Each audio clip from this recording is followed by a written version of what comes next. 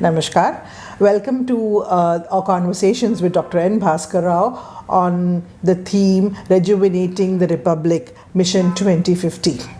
In this series, we are having different conversations with Dr. Rao on 5 key themes that he has identified from his book Rejuvenating the Republic, written in 2021.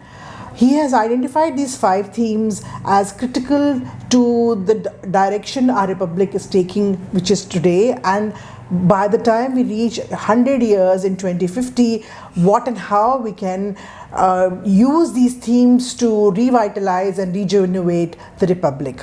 In the first episode of this series of discussion we talked about the little republics of India, which are the villages. The second in the series was on We the People, where we talked about the whole elections and the way we govern and elect our representatives in this republic, and what are the pitfalls and the benefits of the same. That had 2 episodes of it. The third was on looking at the civil society, which is the 5th pillar as per Dr. Rao in our republic, and how we can work together with the civil societies to rejuvenate the republic. The 4th of the series was looking at the concept of a republic and why is it relevant even today when we talk about New India, and how the different pillars of the republic work in harmony, in synchronization with checks and balances in place. Finally, today we are discussing in the final episode on the development model that we have followed in a republic. When the vision of the forefathers, when they developed our constitution to model this republic as for our nation, was obviously to ensure a better quality of life, to ensure justice and equity and liberty to all its citizens. So in that context, let's start this conversation trying to understand from Dr. Rao is why, sir, first of all, can you tell us, why did you select these 5 themes to talk about rejuvenating the republic and to mark and to celebrate the 75 years that we have reached now of the republic, and where are we going, looking back and looking forward also? Thank you, Dr. Vasanthi. I think you asked the right question, which I was going to say, because the concept, the idea of a new India, which the Prime Minister Modi has rightly been talking about, and in the context of the Mission 2050 or 2047 that some government agencies have been talking of late, if you really look at it, what we need to do as a part of this is the kind of a retrospective view of what the last 75 years we have how we have achieved, whatever we have achieved, and where the shortfalls have been, and what we are trying to achieve in the next 25 years. But to me, being an analyst, a researcher, a social researcher more specifically for 60 years, what intrigues me is that a country of 5,000 years or more, we have reduced ourselves in terms of talking 1 year, 5 years and 20 years. One basic theme, basic underlining concern in all these 4 themes that we have been talking in the last couple of episodes is development model. What is that we are trying to, what is that model that we have evolved? Obviously, a development model has to be evolved. It can't be overnight. And how do we evolve? We evolve by taking the insights from the past experiences. Right.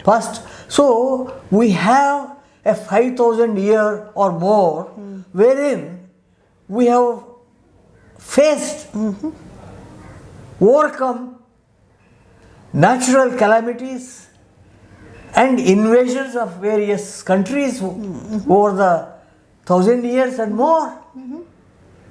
And yet, we are at the top of the world today. I mean, undoubtedly one could say that. So, what are these lessons? Now, why we have ignored, yes, we have ignored these insights from how we sustained ourselves over these 5,000 years. Why we are now succumbed to talk in terms of annual plans, 5-year plans, or maybe 25 years now. So, if you try to look at it, one need to a bit wonder what happened in this journey of the country over these years, particularly our independent movement and thereafter as an independent country. Independent republic. How, as a Republic of India, how when we arrived as a Republic of India, we have evolved ourselves, molded ourselves as a Republic of India. What is that? We had, in fact, the Constitution of India has incorporated some of the insights from those 5,000 years. Yes. In terms of equity, in terms of inclusiveness, social justice. These are liberty. all concepts evolved out of sustainability. These are the ones which sustain civilizations, Right. nations. So, but then how over the more recent years we have either forgotten, would you say, or we messed up, or we missed these insights from this journey. Now, if you look at it from that, there are certain things that we can't ignore. Okay. We should not ignore. In fact, the regeneration of the Republic that we are talking in the next 25 years and the mission 2050 is a great opportunity before us. We must avail this opportunity of correcting the mistakes, call them, or traps that we've fallen into of evolving or adopting models which are aligned to us, to our culture, to our track, To our diversity. to our peculiar scenario in terms of demographic Yes. scenario, Yes. and the new talent that this country has in terms of so many different fields, the technology being one of them. We are now a global power in true sense. Yes. Take any field, we are at the top of the world, and yet we are talking about adopting or as a following all that. So this is what I considered this development model. We need to take a critical view so that we will be able to regenerate the Republic and avail these 25 years and come up with a new India, an emerging India, a sustainable India, not for 25 years, not for 100 years, for the next 5,000 years. We must have that kind of perspective. Well, the 5 concepts or 5 episodes that we have discussed in this dialogue, Mission 2050, are interlinked, and together they will be able to catch up within this period, and they cut across all other Concern. issues that we have been deeply Studying. involved in. So, the first one is India lives in villages, Yes, absolutely right. and villages are self-sustained. In fact, Self-reliant. the basic philosophy of this 5,000 years or the civilization of India evolved from those villages. Right. The culture of the village, how the communities, how the harmony of how they work together, how they generated wealth,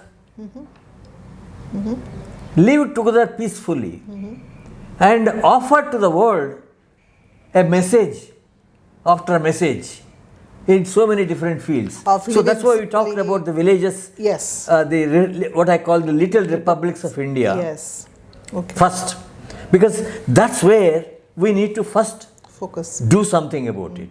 And what I suggested is doesn't really call a big change in constitution or parliament, years of debate. No. We can, it is all the political leaders coming together and determining is all that is required. So that is the first one. The second is about we the people. If you can restore Our electoral system. very simple, basic, fundamental idea of people's representative, of, for and by. These are all not complex, not complicated, not time taking. All that they need is, there are, in fact, I suggested some 10 or 11 correctives which doesn't require constitutional amendments In the electoral system. in the electoral system. If you can elect, in fact, we have traditions in the previous generations of how we elected very peacefully, collaboratively, In a short duration. in a short duration. So we need to do that in terms of representative governments, and they become inclusive in their governance, and they need to deal with the trajectory of development, democracy, and governance. Yes. So that was the second episode with the two parts. Yes. The third one is, I have said that the civil society contribution in all this respect is far more, in fact, far more than governments. With a mandate, with a time schedule. Yep. It's not Because acknowledged. civil societies are ever, they are lasting. Yes. No matter what period, what kind of conditions a country is in, the civil society exists. Right. So they are constant. So they need to be recognized, And acknowledged. they need to be acknowledged, they need to be availed, which is not what is happening of late. And that also doesn't require much of effort. It's all political leaders taking simple decisions. So that was our third episode. Right. The fourth episode is the idea of a republic. Yes. Is a great idea. But over the years, with the demographic change, there is a need for the new generation of age group knowing about how we evolve this republic, Yes. and what it implies in terms of rights, responsibilities, and accountabilities, Yeah. and transparency, Absolutely. and the kind of pillars that holds the republic Yes. of we the people. So that's why the fourth one goes into that. Various dimensions involved in that. Now this one, Fifth one. the development model, all these that I am talking about includes or involves the kind of development model that we have envisioned now, or kind of a model that we have been having over the generations, Evolved. evolved. Yes. In fact, more than 5,000 years. Okay. This Concept. issue of the development model, and that how we messed up or missed the sustainable model has been bothering me for since 1985, when I did my first study of India 2021 in 1985. Thereafter, Dr. Abdul Kalam and Rajan, they brought out a book, India 2021, that was also 1991 or I'm not sure exactly the year, but it's a wonderful book. And these two books bring out that what is the comprehensive outlook of India as a developed country in terms of migration, population, urbanization, agriculture, employment, the whole range of issues involved for a comprehensive, holistic view of things. The development is a holistic view. That holistic concept has to be brought in with all these things. So that's what we did in 1985 to between 91. With my first book there. Thereafter it was Dr. M.S. Swaminathan who really talked about sustainable development. It was agriculture scientists and environmentalists who really cautioned India that we are missing something in our model of development, in the way we are going in this country in the more recent years. But none of them have gone into in our public decision making. And thereafter, it was only when the United Nations adopted in 20 around 10 or 15 the Millennium Development Goals. Millennium Development Goals, and what they call the Sustainable Development Goals, and they have come up with 27 or some indicators. But that's where put me on for this. Why I wanted to talk about this development goals is the pitfalls in this.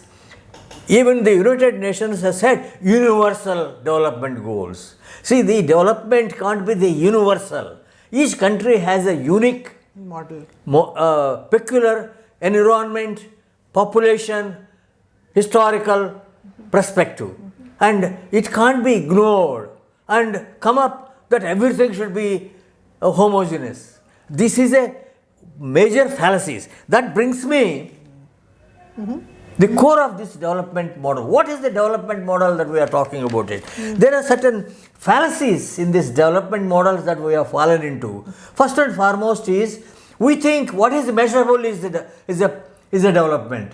That's a wrong thing that at the very outset. This also has been cautioned by many of our gurus in the previous decades.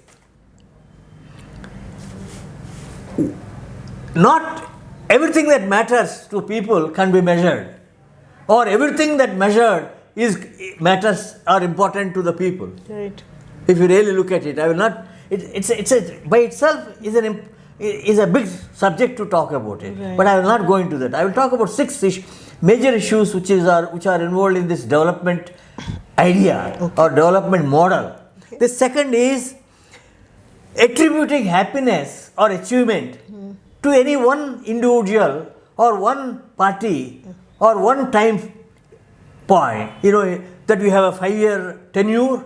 So I have achieved in this 5 year. I have achieved in this year. We bring out an economic review, for example, and submit to the parliament. What does it say? That I have achieved this in 1 year, which is a fallacy, misleading. It's all based on a previous. He said you have to take a trend view, attributing. That's what I call the fallacy is attributing happiness, achievement to a time or to an individual or to a party. It is a second phenomenon that need to be eliminated from a development model. The third is the time and tenure. The same thing that I am more specifically saying, that this annual concern or 5 year, we have in the earlier we said 5 year plans. We thought the 5 year plan, when the 5 year plan was first introduced in 1953, oh my goodness, we are going to have big. And no sooner by 5th or 7th plan, we realized that it is not good enough to bring or to look beyond. The fourth thing is contentedness. Instead of being contented, unless people are as you rightly say in one of the episodes, positive outlook. The negativity that has crept into the society, the planners, the development planners, in terms of the how we achieve. This is one of the, and that means consumption, that I need to have more, Consume more. more consume, to be happy, to be contented, that I need more. And unfortunately, we This is a tied fallacy. Tied up with economy and financial.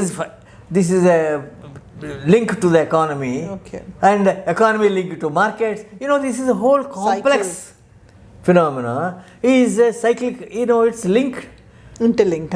interlinked. So, a development model for a country of 5,000 a civilizational background, civilizational track of establishing a sustainable republic, we can't get ourselves fitted into, we are being fitted into a model which is already there elsewhere based on these criteria. The fifth one is, you can't sustain something where you don't have respect for the nature, ecological concerns. But culturally, we live in harmony with nature. Culturally, our entire, take any part, any section of the people, children, old people, young people, educated, uneducated, all of them have one common phenomena. We respect, but that has dwindling down. Yeah. So, our development model, you can't have a sustainable development model without enriching that aspect, without inbuilding that as a core-ish concern of the development. Now, the other, my fifth or sixth point is, unless you share,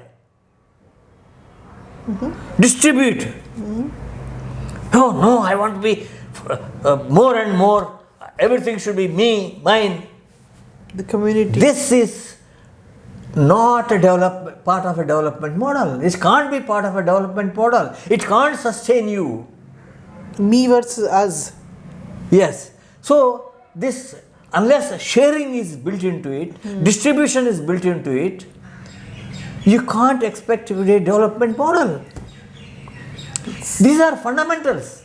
What I mentioned, these six that I mentioned, are fundamentals for a development model. If these are not there, and if you are just doing the opposite, I call them fallacies.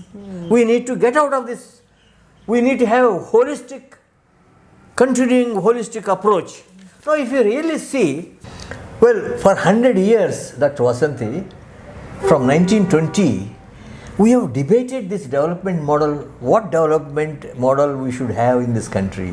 From Tilak, from Gopalakrishna Gokhale, from Subhash Bose, from all our national leaders. What a great leaders that we had in this country. We are so fortunate. They all debated that they all recognized that we should not fall into the trap or fall into the model of the Western countries.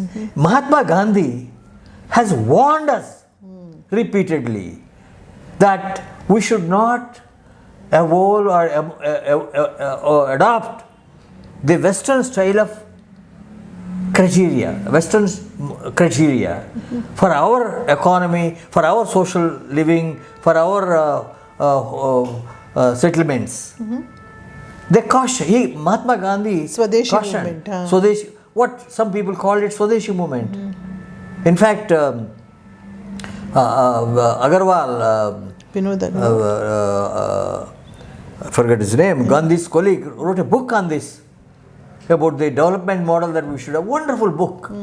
I read it in 1957, that book. That has influenced me a great deal. It's okay. It's okay. So he was the governor of the. How we got into the Western. What happened was, when we were soon after the independence, we had calamity after calamity in terms of nature, drought, flood, and then the migration, the division of the country, and we are shortage of food. How many thousands of people died in this country, both because the deliberate efforts of the British rulers of the time. So we were rather compelled to run to the US for the food. In the process, we ended up, or rather succumbing to the model that is not our model. But then, having overcome that phase in the independent India, having evolved our own republic with great ideas, great vision, we could not come out of that model. That's where my concern is. Okay. In fact, none of the academic world, the universities, the higher institute of learning has never studied this phenomena of how, what is this development model, why we evolved or adopted this model, these criteria. Even after the United Nations taken to this UN goals, we have not really studied these. I mean, the independent people might have done research, but the universities, which are supposed to be more objective, much beyond time scale wise, they have not really done much of studies to see why we missed our own insights from our 5,000 civilizational track. That's where the sustainability idea of development has to come from. So that's what this is what is all about. We perhaps Miss the bus. we fall into the quantitative criteria Yes. deeper and deeper. Now, if you really look at it, what is happening now, I mean, I laugh at it. My forthcoming book next month will bring out the global Fallacy. global rating agencies putting India at the bottom. I have done an analysis of 34 global indexes. Okay. Of the 34, 33 puts India at the lowest end, puts along with Nepal, Tibet. You know, what a shame it is. How? Why? How did we allow it? They have been doing it for more than a decade, for 15 years. This country kept quiet. Only recently. We suddenly realized, as if we are suddenly realizing it. What happened? Why we allowed it? They rate India as if we are a primitive country, underdeveloped country. We are still called developing. What is this? We are on the top of the world 1,000 years ago. We are today underdeveloped, primitive. We are all kinds of names are used to describe India's stand in the community of nations. Sir, you're quite right about that, and I quite.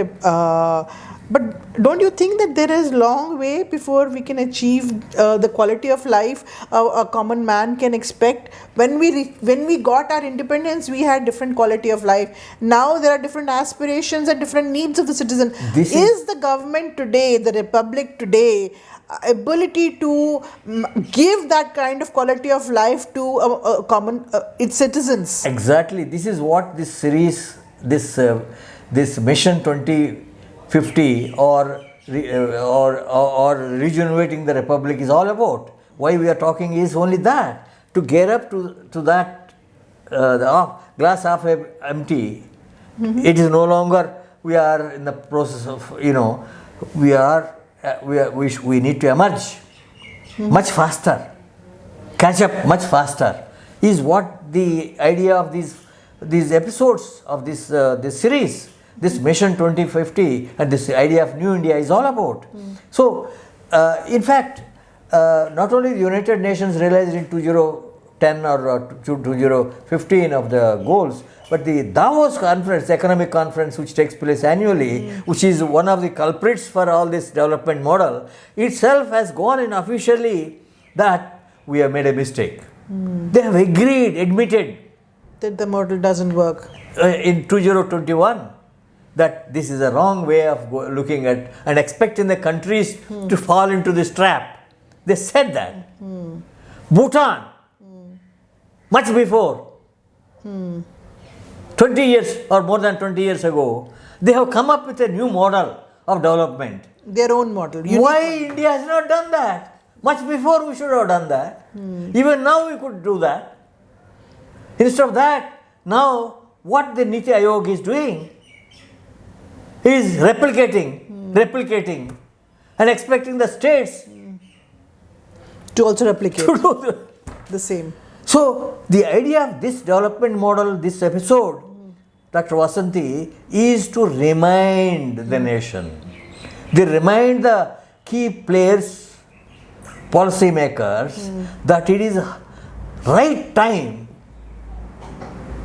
that this country take a retrospective view of our own development model. We need, not that we need to take everything of the past, but the best of the past. Right. That I mentioned. If these 6 fallacies could be overcome, we arrive our own model. Right. We need to evolve and present to the globe, to the world, why in the United Nations, when this model was presented, what they call universal model, why India has kept quiet instead of presenting it. Even now we could do. Dr. Rao, you rightly remind us that we have adopted Western culture and Western models of development, and also more economic-based models of development than more our own lessons from our very rich heritage and culture that suits our own concept of what is development all about. So in that framework, I really wanted to kind of tell us, what do we now do in this age and this time when with technology, with education, with the number of young people that we have in our country, what next few steps that we need to be really looking at and working on so that we can rejuvenate our republic on the right path to the concept of Indian development? Yes, Dr. Vasanthi, you are right that we have come a long way, no doubt. But the task before us is much tougher, much more complex. For that, we need to retain the strengths in our potential in our people in terms of technology that we have. We have to see that the technology comes to our needs, to our tasks, not from a global perspective point of view. That's why I say the first and foremost thing is that we need to take a review, a retrospective view of the development model that we have adopted over these decades, and more recently what is happening, and see that we have a more holistic model. What is this holistic model? First and foremost is that it must a more nature friendly, environment friendly, more environment friendly, and it has to be bottom up. Today we have firmly a top to down centralized model. This need to be reversed. Right. There is absolutely no shortcut for this. Okay. This has to be done. Then it has to be participative and inclusive. Yes. And finally, our education model, is as if education is for a job. For a job you need an education. This is a fallacy, ingrained in everyone's mind from top to bottom, from a farmer to the prime minister. They talk education means job. This many jobs we created. This is another fallacy. Our track, our history, our civilization tells us differently, and we can't ignore the insights from the civilization. That's my development model that I am talking is that, and that's possible to do it. We have the talent in this country. The leadership need to take the initiatives. Thank you.